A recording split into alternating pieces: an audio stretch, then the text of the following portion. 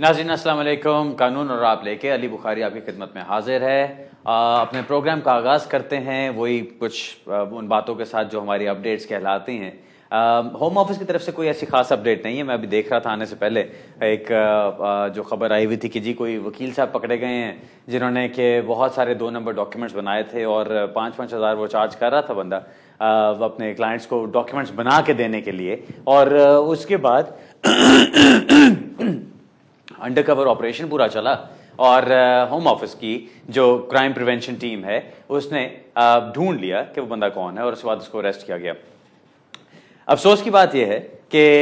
वकालत जो एक पेशा हमेशा से एक वो जिसे कहते हैं नोबलेस्ट ऑफ ऑल प्रोफेशंस जिसको कहा जाता था,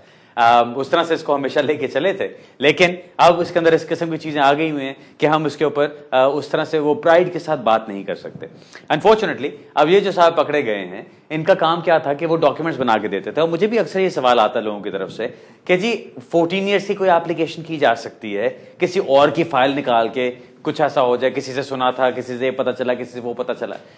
इस तरह की चीजें मैंने सिर्फ आज ये पॉइंट सोचा कि मैं शुरू में मेंशन कर दूंगा और इसके बारे में बात करूंगा। वो इसलिए कि जब आप लोग जाते हैं, मेरे पास एक बंदा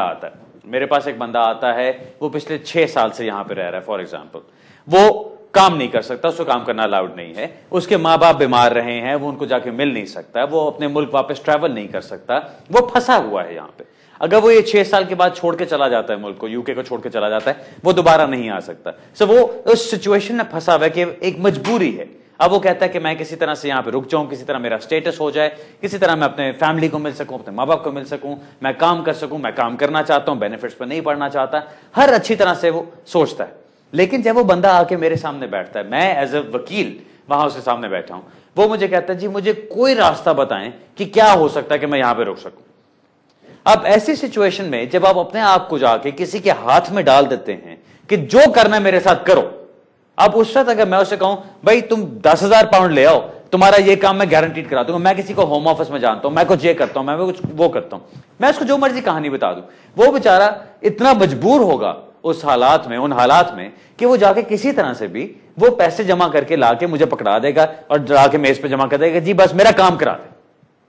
अब मैं उससे कहता हूं भाई काम तेरा गारंटीड होगा, कोई प्रॉब्लम ही नहीं है, पैसे ले लिए, अब काम उसका करने के लिए कोई एप्लीकेशन भेज दी, एप्लीकेशन होती है नहीं होती, वो क्या बिगाड़ सकता है वकील का कि बेचारा, बिकॉज क्योंकि वो इलीगल है और वो एक इलीगल काम के लिए पैसे दे रहा आके। अब अगर वकील आगे से मुकर जाता है तो वो बेचारा कुछ भी नहीं कर सकता, सिर्फ उस तरह की सिचुएशन में फंसेगा जहां पे उसको कोई मदद नहीं मिलेगी। आई एम श्योर कि सुनने वाले बहुत सारे लोगों में बहुत सारे लोग ऐसे अभी सारे ला रहे होंगे कि हाँ जी मैंने किसी के बारे में सुना है, या मेरे साथ ऐसा हुआ है, या मैं किसी को जानता हूं जिसके साथ ऐसा हुआ। अब ये जो बंदा पकड़ा गया है, ये सिचुएशन इसकी क्या होगी कि ये लोगों को डॉक्यूमेंट्स बना के दे रहा होगा, पैसे ले रहा होगा। अब वो डॉक्यूमेंट्स क्या हैं, क्या वो काम करेंगे नहीं करेंगे, हर बंदे के जिसके वो फ्रॉडुलेंट डॉक्यूमेंट्स बनाए होंगे उसने, अब इन्वेस्टिगेशन होगी कि इस आदमी ने किस किस के डॉक्यूमेंट्स बनाए। अगर उन लोगों को वो डॉक्यूमेंट्स मिलने के बाद होम ऑफिस ने स्टेटस दे भी दिया तो होम ऑफिस अब उनके पीछे जाएगा, इंक्वायरीज करेगा और उनके स्टेटस कैंसिल करके पैराग्राफ 320 का रिफ्यूजल लगाएंगे उनके ऊपर फ्रॉड की एलिगेशन लगेगी, उनको हो सकता है क्रिमिनल चार्जेस लगाए जाएं और हो सकता है उनका स्टेटस कैंसिल करके उनको डिपोर्ट किया जाए। ये सारे हालात में पहुंचने से पहले आपको सोचना यह चाहिए, क्या यह सारा कुछ वर्थ इट है? क्या वाकई इस चीज की इतनी वैल्यू है कि आप कोई ऐसा इलीगल काम करें, इतने गलत 2 नंबरी करें जाके कि कल को आपको इस तरह के हालात का सामना करना पड़े?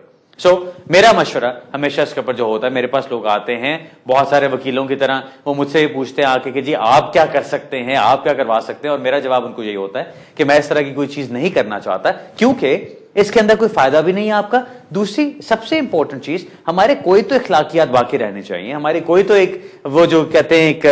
एक नब्ज रहनी चाहिए जिसमें हम कह सकें कि हाँ जी इसको हम हाथ लगा के कह सकते हैं कि ये चीज ठीक चल रही है, इसके अंदर हम कोई 2 नंबरी नहीं कर रहे। कुछ ऐसा रखना चाहिए। कहने का मकसद, और ये सारी इतनी लंबी बात करने का मकसद ये कि आप लोग खुद अगर अपने आप को एक मजबूरी की हालत में किसी के हाथ में डालेंगे तो अगला आपका फायदा जरूर उठाएगा। अपने आप को किसी ऐसी सिचुएशन में ना डालें कि आप अपने आप को बिल्कुल जाकर मजबूर शो कर रहे हो कि जी मेरे पास तो कोई ऑप्शन नहीं, मुझे बस कोई भी रास्ता बता दो, इलीगल हो, गलत हो, कोई भी 2 नंबरी हो, मैं करने को तैयार हूं, बस मुझे किसी तरह स्टेटस दिलवा दो। ऐसा मत करें, क्योंकि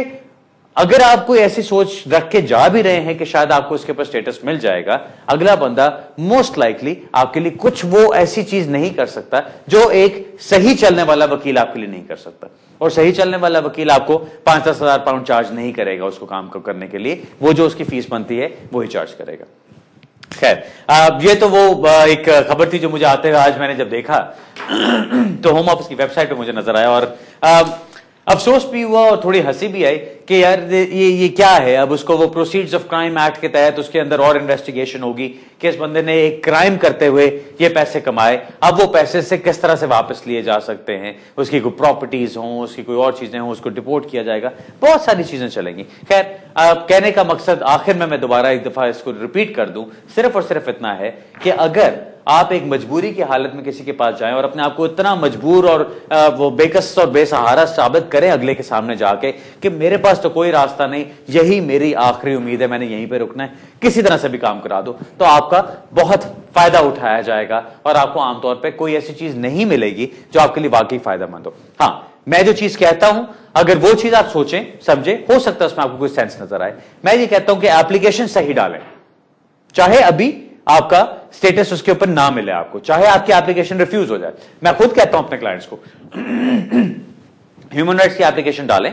आपकी ह्यूमन राइट्स, मेरे मुताबिक आपकी ह्यूमन राइट्स का केस आर्ग्यूबल बनता है, लेकिन मोस्ट प्रोबेबली आप केस डालोगे 1 महीने में, 1.5 महीने में, मैक्सिमम 2 महीने में होम ऑफिस को रिफ्यूज कर देगा।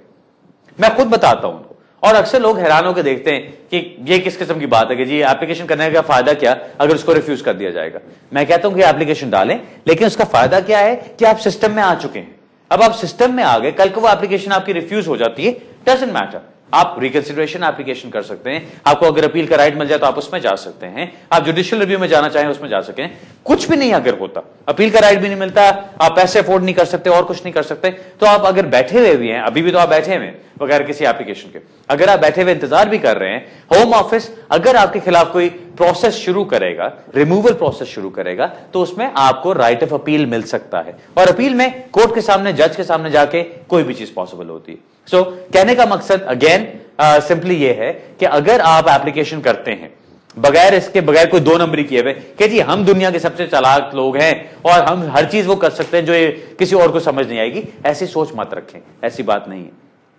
होता क्या है, थोड़े टाइम के लिए वो बर्दाश्त करते हैं, स्टडी करते हैं, और उसके बाद छापा मारते हैं और सबको पकड़ लेते हैं, और उसके बाद फिर लोग चीखते पीटते हैं कि जी ये क्या हो गया। उस सिचुएशन से बच के रहिए।